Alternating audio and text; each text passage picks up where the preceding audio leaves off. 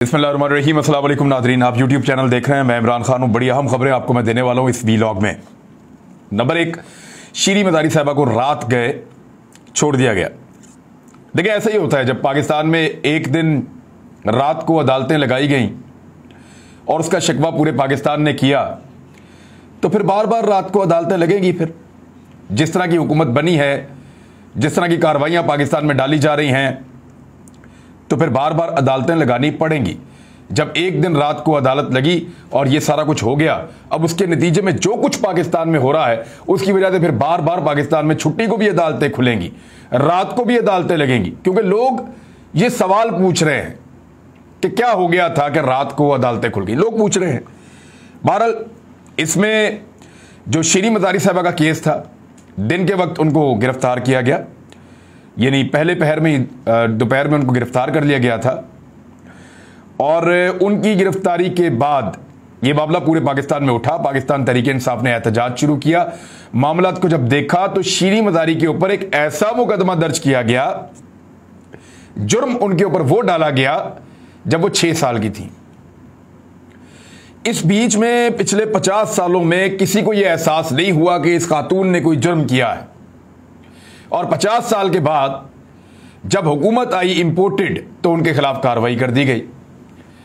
गिरफ्तारी के जो कानूनी तकाजे हैं वो भी पूरे नहीं किए गए, लेकिन अदालत ने शीरी मज़ारी की गिरफ्तारी को गैर कानूनी करार देते हुए उनको फिलफौर रिहा करने का हुक्म दे दिया और उनको छोड़ दिया गया। शीरी मज़ारी, आपको पता है कि वो अदालत के अंदर भी और बाहर भी खुलकर बोलती हैं। तो उन्होंने कहा, जी साहब कहां भाग रहे हैं, मेरा फोन वापस लेकर दें। और फिर उनकी रिहाई के बाद उनका फोन उन तक पहुंचा दिया गया। एक्चुअली मामला फोन का लगता है। उस पर शीरी मज़ारी साहब ने कुछ कहा है, जरा मैं आपको बता देता हूं जो वो कह रही हैं। उन्होंने कहा कि मुझे लगता है कि खुफिया एजेंसियां हैं जिन्होंने मेरा फोन छीना है, क्योंकि एंटी करप्शन वालों का मेरे फोन से क्या काम। यानी शीरी मज़ारी का यह मानना है कि पाकिस्तान की जो खुफिया एजेंसियां हैं उन्होंने, और उनकी बेटी ने भी इल्ज़ाम जो है वो पाकिस्तान के एस्टेब्लिशमेंट के ऊपर या पाकिस्तान के अस्करी इदारे के ऊपर लगाया है, बल्कि उसकी क़यादत के ऊपर इल्ज़ाम लगाया है। उनकी बेटी ने जनरल बाजवा का नाम लिया था। और फिर उसके बाद शीरी मज़ारी साहिबा ने कहा कि मुझे लगता है कि खुफिया एजेंसियां हैं जिन्होंने मेरा फ़ोन छीना है, और DGISPR ये हरकतें बंद करो, एंटी करप्शन का मेरे फ़ोन से क्या ताल्लुक है। फिर उन्होंने DGISPR को मुखातिब करते हुए कहा कि हमें इंपोर्टेड हुकूमत नामंजूर है, अगर आप इस साजिश में मुलव्वस हैं तो आप कौम को जवाब दें। मेरा फ़ोन अगर आपके लोगों ने उठाया है तो फ़ौरन वापस करें। बहरहाल, उनका फ़ोन उन तक पहुंचा दिया गया। लेकिन फ़ोन के हवाले से मैं 1-2 चीज़ें आपको बता दूं जो इंपॉर्टेंट हैं। इसमें जो ट्वीट किया है अज़हर मशवानी ने, एक बड़े अहम नुक्ते के ऊपर निशानदेही की है। इनका ताल्लुक पाकिस्तान तहरीक इंसाफ से है, लेकिन इन्होंने बड़े अहम नुक्ते पर निशानदेही की। उन्होंने कहा कि डॉक्टर शीरी मज़ारी तकरीबन 1 बजे दोपहर को गिरफ्तार की गई, उनका मोबाइल छीन लिया गया और कोई मुसलसल 4:07 तक उनका व्हाट्सएप और मोबाइल फ़ोन इस्तेमाल करता रहा। ये रिकॉर्ड से पता चल जाता है। ये IT के लोग हैं, ये अज़हर वगैरह या बाकी डॉक्टर अरसलान वगैरह, तो ये इनके लिए मसला नहीं है ये पता करना कि क्या चल रहा है। तो इन्होंने बताया कि 1 बजे उनको गिरफ्तार किया गया और अगले 3 घंटे और कुछ 10 मिनट तक उनका टेलीफोन चलता रहा, उनका व्हाट्सएप इस्तेमाल होता रहा और उनका मोबाइल इस्तेमाल होता रहा। जिस तरह सियालकोट जलसे में ड्रामा करके इमरान खान की सिक्योरिटी कंप्रोमाइज करके मोबाइल फोन चोरी किए गए, आज की इस हरकत का भी यही मकसद था, यह सवाल उन्होंने उठाया। अच्छा, अब जो डॉक्टर शीरी मज़ारी पाकिस्तान तहरीक इंसाफ की हैं, उनका जो टेलीफोन का उन्होंने रिकॉर्ड्स, एक स्क्रीनशॉट उन्होंने लगा के दिया कि टुडे 4:07 PM यानी 4:07 पे आखिरी मरतबा उनके टेलीफोन को खोलकर उनका व्हाट्सएप देखा गया है डॉक्टर शीरी मज़ारी का। लोग इसमें क्या ढूंढ रहे हैं, इसमें डॉक्टर शहबाज गिल ने एक वजह पेश की है। उन्होंने कहा कि सबको यह लगता है कि वो जो वीडियो है वो यहां मौजूद है, जो 15 मिनट की वीडियो इमरान खान साहब ने रिकॉर्ड की है, और लोग उस वीडियो से बहुत ज्यादा डरे हुए हैं। सब लोग सुनना चाहते हैं कि उस वीडियो में किस किस का नाम है। बहुत सारे पर्दा नशीन ये सोच रहे हैं कि कहीं मेरा नाम तो उस वीडियो में नहीं है। तो इमरान खान साहब ही जानते हैं या उनके बहुत करीबी रुफका शायद जानते हों कि इमरान खान साहब ने उस वीडियो में किस किस का नाम डाला है और वो वीडियो इस वक्त कहां पे है। पहले इमरान खान साहब के फोन चोरी किए गए मुबैना तौर पे, और अब डॉक्टर शीरी मदारी का टेलीफोन, और कुछ लोग कहते हैं कि ये सारा गेम हुआ ही शायद शीरी मदारी के टेलीफोन की खातिर है। तो ये टेलीफोन के अंदर से क्या निकालना है, क्या चेक करना चाह रहे हैं, क्या इंफॉर्मेशन लेना चाह रहे हैं, ये चीजें बड़ी इंपॉर्टेंट हैं। यानी शीरी मदारी बहुत करीबी हैं इमरान खान साहब की, और जो प्लानिंग है इमरान खान साहब की अपने साथियों के साथ, वो कहीं ना कहीं टेलीफोन में मौजूद होगी, और उस प्लानिंग को चेक करने के लिए उनका फोन खोला जा सकता है। लेकिन बहुत मुमकिन है कि इमरान खान साहब अपनी सारी प्लानिंग को तब्दील कर दें और आने वाले वक्त में एक बहुत बड़ा सरप्राइज दें, और वो जो सरप्राइज देंगे उस बारे में कुछ इंफॉर्मेशन मेरे पास है, मैं आपको बताऊंगा कि वो कितना बड़ा और क्या करने जा रहे हैं। अब आज आईजी इस्लामाबाद को तब्दील किया गया है। जो नया आईजी इस्लामाबाद है इसके बारे में बड़ी अहम मालूमात है मेरे पास। अकबर नासिर खान इस आईजी इस्लामाबाद का नाम है, और ये नेक्टा से इनको लेकर गए हैं यहां आईजी इस्लामाबाद के तौर पे। उसके अलावा जो डीआईजी ऑपरेशन लगाया वो भी बहुत खास आदमी है राणा सनाउल्लाह के, और उनको इनकाउंटर स्पेशलिस्ट के तौर पे लोग जानते हैं। अच्छा, इनको मेजर पनिशमेंट इनके लिए रिकमेंड की गई है इंक्वायरी ऑफिसर्स की जानिब से, सेक्रेटरी कम्युनिकेशंस। यानी इन्होंने एक गबन किया मुबैना तौर पे, और इनके ऊपर एक एलिगेशन है कि 2 अरब रुपए की करप्शन हुई सेफ सिटी के अंदर।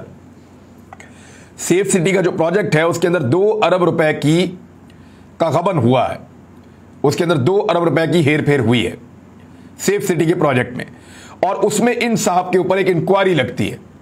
वो इंक्वायरी आगे बढ़ती है, हर स्टेज के ऊपर ये गलत साबित होते हैं, और फिर चीफ सेक्रेटरी के पास मामला जाता है, वहां से ये मामला सेक्रेटरी कम्युनिकेशन के पास पहुंचता है।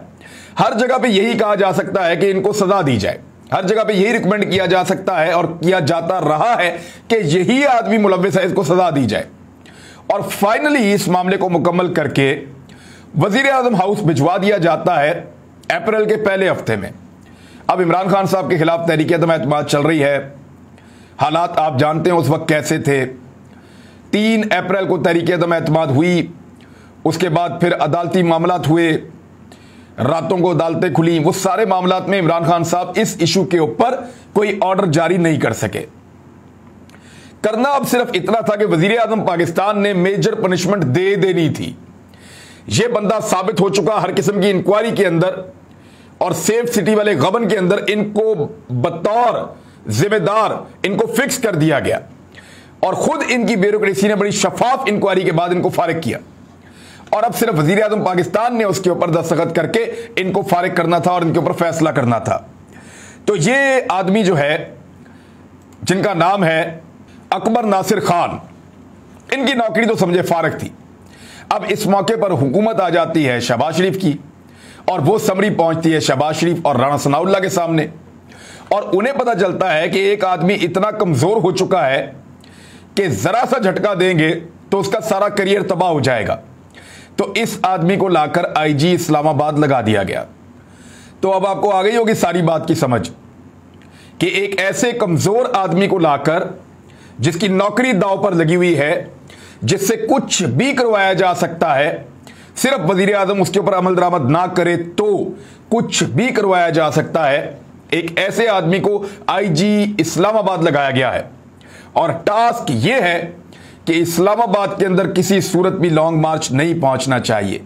एक ऐसा कमजोर और करप्शन में लुथड़ा हुआ, जिसके मामलात वजीर आजम हाउस तक पहुंचे हों, और एक ऐसा तोता जिसकी जान सिर्फ एक सिग्नेचर के अंदर हो। इससे बेहतर आदमी नहीं मिल सकता शहबाज शरीफ को इस्लामाबाद का आईजी लगाने के लिए। एहसन यूनुस ने शानदार काम किया है, बहुत जबरदस्त आईजी थे इस्लामाबाद के, बहुत सारे जराइम पेशा अफराद को उन्होंने नकेल डाली, और बहुत सारे ऐसे सफेद पोश हैं जो बड़ी कार्रवाइयां डालते हैं उनको भी, और बड़े अहम केसेस उन्होंने हल किए। वो अब आईजी पंजाब नहीं है, उस आदमी को लेकर आए जिसकी गिच्ची इनके हाथ में है, जिसकी कमजोरी इनके हाथ में है, तो अब उससे ये अपनी मर्जी का काम करवाएंगे। तो ये तो होगी जी आईजी वाली स्टोरी। इसकी मजीद तफसीलात और क्या है वो मैं आपको बताऊंगा। अब इमरान खान साहब जो हैं वो किसी की बात मानने पर तैयार नहीं है। यानी इमरान खान साहब खैबर पख्तूनख्वा जाकर बैठ गए हैं। आज के दिन वो एक बड़ी अहम मीटिंग करने वाले हैं, और उस मीटिंग में ये तय होने वाला है कि लॉन्ग मार्च किस तरीके से इस्लामाबाद की जानिब जाएगा। और ये जिस तरीके से अब आएंगे ना, माजी के तमाम तरीके सबको भूल जाएंगे। जो पंजाब में प्लान हो रहा है, जो केपी में प्लान हो रहा है, और पंजाब में इस वक्त हुकूमत मौजूद नहीं होगी, क्योंकि पाकिस्तान तहरीक इंसाफ ने बाकायदा कह दिया है कि इनके तो बंदे ही पूरे नहीं थे, अब दोबारा वोटिंग करवाई जाए। तो हमजा शहबाज एक उम्मीदवार तो हो सकते हैं, वज़ीर आला पंजाब नहीं होंगे। और इस वक्त उनके अहकामात मानना ब्यूरोक्रेसी के लिए उतना आसान नहीं होगा जितना थोड़े दिन पहले तक था। लेकिन लोग अपनी वफादारी साबित करने की कोशिश तो बहरहाल करते हैं। तो पंजाब में एक अलग स्ट्रेटजी है, सिंध में अलग स्ट्रेटजी है, और खैबर पख्तूनख्वा में खुद इमरान खान साहब मौजूद हैं। मैं आपको बताऊंगा आने वाले दिनों में वीलॉग्स के अंदर कि इमरान खान साहब की हिकमत अमली क्या है और कैसे वो आएंगे। लेकिन वो इस्लामाबाद जरूर आएंगे, और इस्लामाबाद के अंदर एक बहुत बड़ा हुजूम, एक बहुत बड़ा इज्तिमा लेकर आएंगे, और जो तारीख बना देगा पाकिस्तान की। इस वक्त जो सबसे इंपॉर्टेंट दिन आने जा रहा है ना, वो मंगल का दिन है। यानी ज्यादा लोगों का यह कहना है, जितने सोर्सेज से मेरी बात हुई है, कि मंगल वाले दिन यह हुकूमत खत्म हो जाएगी। बहुत मुमकिन है शहबाज शरीफ साहब कौम से खिताब करें और इस हुकूमत को खत्म कर दें। मंगल वाले दिन की बात की जा रही है, जबकि कुछ लोगों का यह मानना है कि यह मामला आगे चलेगा। मैंने आपको तकरीबन 15-16 दिन का बताया था, और वो मैंने आपको बताया था 18 तारीख को। यानी अभी भी 1 और 2 तारीख तक मुझे ऐसा लगता है कि यह हुकूमत को लिंगर ऑन किया जा सकता है। यानी अभी भी इनके पास तकरीबन 1-1.5 हफ्ता बाकी है। मजीद 10 दिन तक या 11 दिन तक यह हुकूमत मौजूद रह सकती है। लेकिन इस बीच में यह हुकूमत अब अगर अहम फैसले नहीं करती तो यह क्लियर हो जाएगा कि यह हुकूमत घर जा रही है।